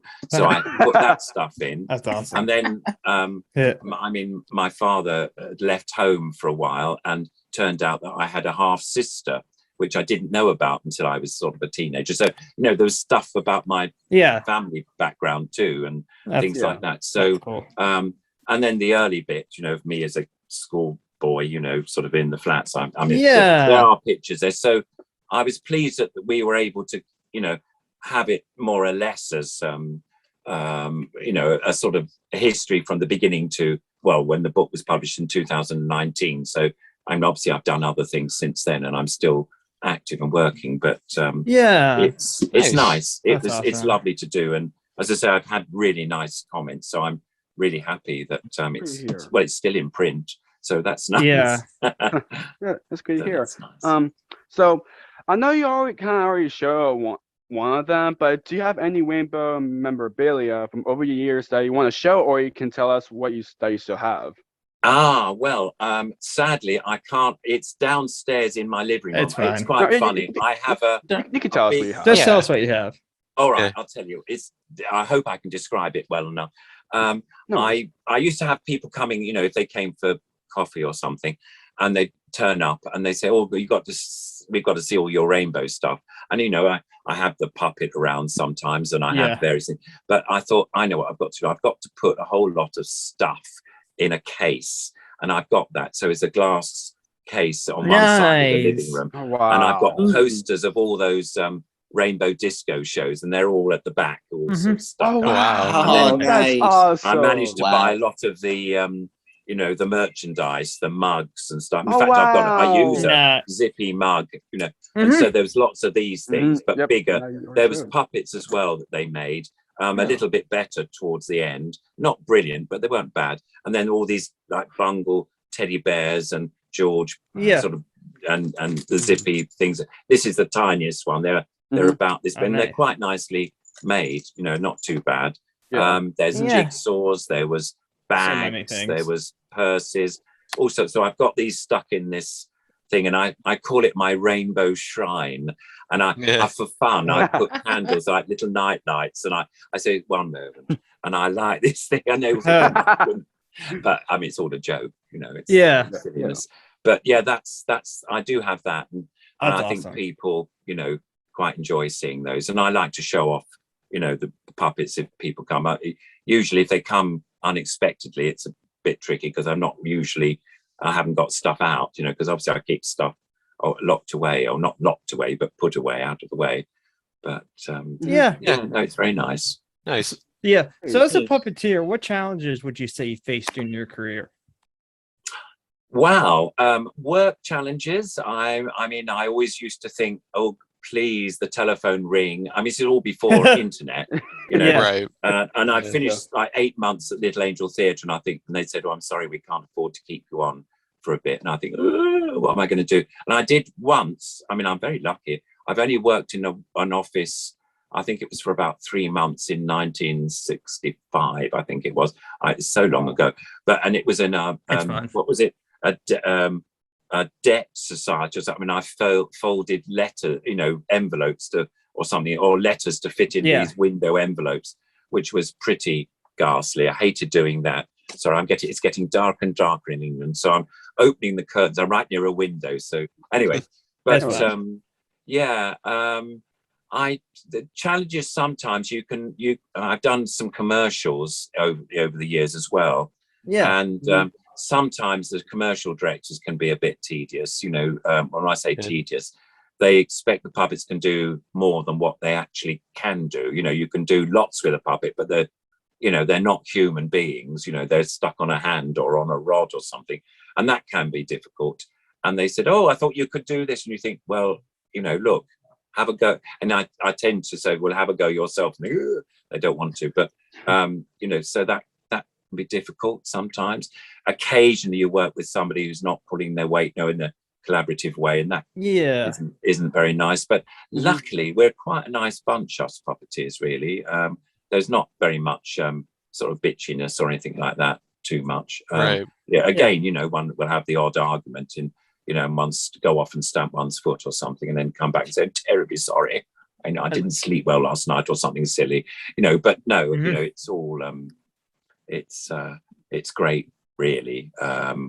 I'm very lucky. I haven't really made any sort of people that I thought I never want to see those people again. I think most of them put up with me. So that's good. That's good. That's great. That's good. It's good here.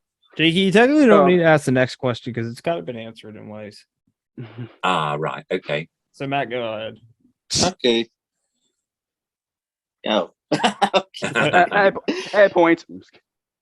Yeah, What piece of advice would you give to anyone who wants to get into puppeteering? Well, I know it sounds a bit crass, but I think just do it. You know, get your hand, make some puppets if you can. I mean, I wasn't a maker, but I did make, you know, stuff that I called puppets, sort of thing, and I did that first, and then I gradually found out about various organizations like puppet guilds and various things where I could meet people and talk about it and see and just go and see as much stuff as you can. Watch it all on the net. I mean, there's masses, isn't there, on YouTube and stuff you can see. Yes. And try and think what you'd like to do. I mean, there are people that just purely like to make and not perform. I'm one of the ones that purely love to perform. I'm not a maker. I really love doing performances. And so I think it's that, really. But if you can make stuff, it's really nice. Put it onto YouTube. And people ask me, you know, how do we get onto television? How do we get onto films and stuff? Well, nowadays, I think a lot of directors and a lot of people do watch social media. And if you make it short and sweet and as good as you can, a director might just pick up and say, you know, suddenly you'll get an email or something saying, look, we saw this piece on YouTube, we're quite interested to. And that does happen. I mean, I don't know whether it happens so much in America, but it certainly happens over here. We've got lots of young puppeteers who are really keen. And obviously television is a great pull, or film or something. There isn't so many companies now, you know, that you can go and be an apprentice to, which is a bit sad, really. But on the other hand, you can just say, make your own stuff and just put it out there on the net, and hopefully people will see it and get in touch with you. That's probably the best. I mean, there are schools here. I don't know. I mean, the Curious School I've mentioned before. That's a wonderful school where, you know, but it's a 10-week course, and it's not cheap, but it's well worth the money. You get a really good grounding again, it's very much a collaborative effort. It's mostly about performing. You do a little bit of making, but it's mostly about performing together and working in a collaborative way, which is all wonderful, really. But I suppose that's the best thing. You can get some information from books and things. That's lovely. But you know, it's nothing like talking to people and communicating with you know, various organizations, and hopefully you can you know, meet up with fellow puppeteers. Really, I think that's the thing. There you go. Definitely. So what would you like to say to your fans and supporters? Oh, well, what a nice thing to say. I hadn't thought of that. Oh, just thank you for being my fans and supporting me in a very long career. It's over 50 years, I can tell you that. And so it's wonderful. Without people watching and loving the stuff that one does, you just don't go forward, really. And it's all about entertaining your audiences and having a fun time and hopefully, learning. I mean, I always say you don't stop learning. Every new job is a new learning curve. And if you keep your mind open and keep your enthusiasm's terribly important. I hope you can get that. I'm always bubbling. I love talking about puppets and working them and showing off my trade, because it's been my life. And and I think that's a big thing. But thank you, all of you who's been watching, and do continue, because you never know, there might be something more exciting and something for yourselves to do if you're keen to become puppeteers. Yeah. So lovely, thank you. So if people would like to contact you, where can people find you? Okay, well, I'm on Facebook. Yep. So you can find me on Facebook. I'm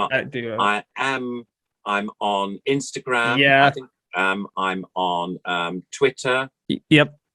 Which is a bit strange, because I think I'm called Punch and or something you on are. Twitter, which is a bit odd because I couldn't think of a silly name to call myself, But anyway, and I thought Punch and Judy, but they wouldn't let me do the Judy bit, so as it was sort of puppet related. Anyway, that's a bit of a thing. I'm thinking about going on TikTok, but I mean, that's I haven't. It's up to you. Done that, but there's that. And I have an email which which you can contact me on my email, which is my name .com. In your website. On my website, which is very old, I'm afraid. That's where I contacted you. Right, okay. Well, basically, hopefully I'm going to get the website updated, because it's really quite old, but I use it really as a reference to try and remember what I did, because I used to put down every single job, and it's like lists and things. When you do a website, only have a page or 2 pages maximum. I've got this thing that was like a book, and it's quite a lot, and people haven't got time to click through all the things. So, but anyway, there's the website. I totally forgot. Thanks for reminding me. You're welcome.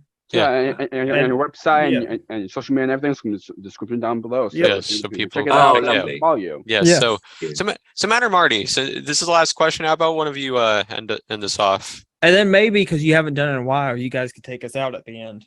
Marty, you haven't done this in a while. You asked the last question. Okay, wonderful. So this podcast is Jake's Happy Nostalgia Show. When you think of nostalgia, what do you think of, or how do you define nostalgia?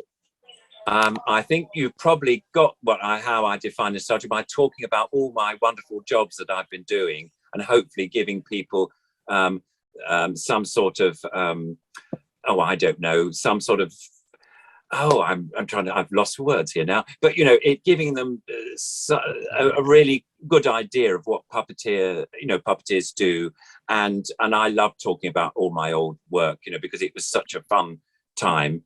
And I love nostalgia. I love hearing about, I've loved watching, I think I've watched one of your podcasts, and I can't remember what it was, but to see, what you did and everything. And I find that is fascinating, hearing people talk about what they've done in the past and what they're doing in the future. And so it's a wonderful thing. I love nostalgia. I love looking at old films. Thank you so much. It's been thank you so much, Ronnie. It's been a blast. Thank you so much, Ronnie. That we've actually got ourselves together, because it's been going on. It's like, no, can't do that day, or I'm going away that day. But we managed. Matt, Marty, yes, definitely. So just being great. I'm very happy to talk to you, and thank you so much. Thank you so much. For all the years you've done, thank you so much. Long career, long career. Thank you. For us, to just knowing, for just heard you, and then knowing you, and then talk, and then to talk to you, great. Yes, wonderful. Well, this is the wonderful thing with podcasts, isn't it? That you can share people from all over the world. You're not limited to people in your own state or anything. You're all over. Which I think is wonderful. I'm sorry, it's getting darker and darker. That's okay. The perfect note to close on. All right. Wonderful thing to close on. Zippy, do you have any last words? Oh yeah. Hold on, Zippy. Come up here and say he's going to do this one. Yes, please. I just want to say you're all awesome. Thank you. Thank you, Zippy. We love you, Zippy. Thank you, Zippy. I want you all to think I'm brilliant, Zippy, please. Well, I know I am. But anyway, lovely to talk to you. Bye-bye, everybody. Bye, Zippy. Bye-bye. Bye, Zippy. On that And note, it's Bean, and that's Puppet Chris. on that note, thank you, Ronnie. This was an absolute honor. We Yes, love thank you having so much. here. Definitely. Wonderful, Cheers. wonderful. You're doing a great job. What you're doing. Keep up your great work, and can't wait what's next Yes. for you. Yes, Yeah, check lovely, out thank you. Rainbow. You're His welcome. book is called Zippy and Me. Highly recommended. It's on Thank Amazon. you. I just saw it. Fascinating book. Mhm. We've seen Yeah. photos of it, especially with our dear friend Lee Thompson. Yes. Yes. Lee Thompson's a great guy. Good friend of ours. He'll be on the Uh, show. What we can do. There's As- the book The right book in there. future. Yes. Uh, As always, remember you are worth it, and to stay You're worth nostalgic. it. You're Bye, worth it. everybody. Bye, See you next week. Bye. Take care, everyone. Bye. Bye-bye. Stay nostalgic. Stay nostalgic. Yeah, You're worth Stay it. nostalgic, Take care, you're everyone. worth it. See you next time on another episode of Jake's Happy Nostalgia Show, where nostalgia comes alive. Be sure to follow us on social media and stream us wherever you find your favorite podcasts. And as always, remember that you are worth it and to always stay nostalgic. Bye-bye.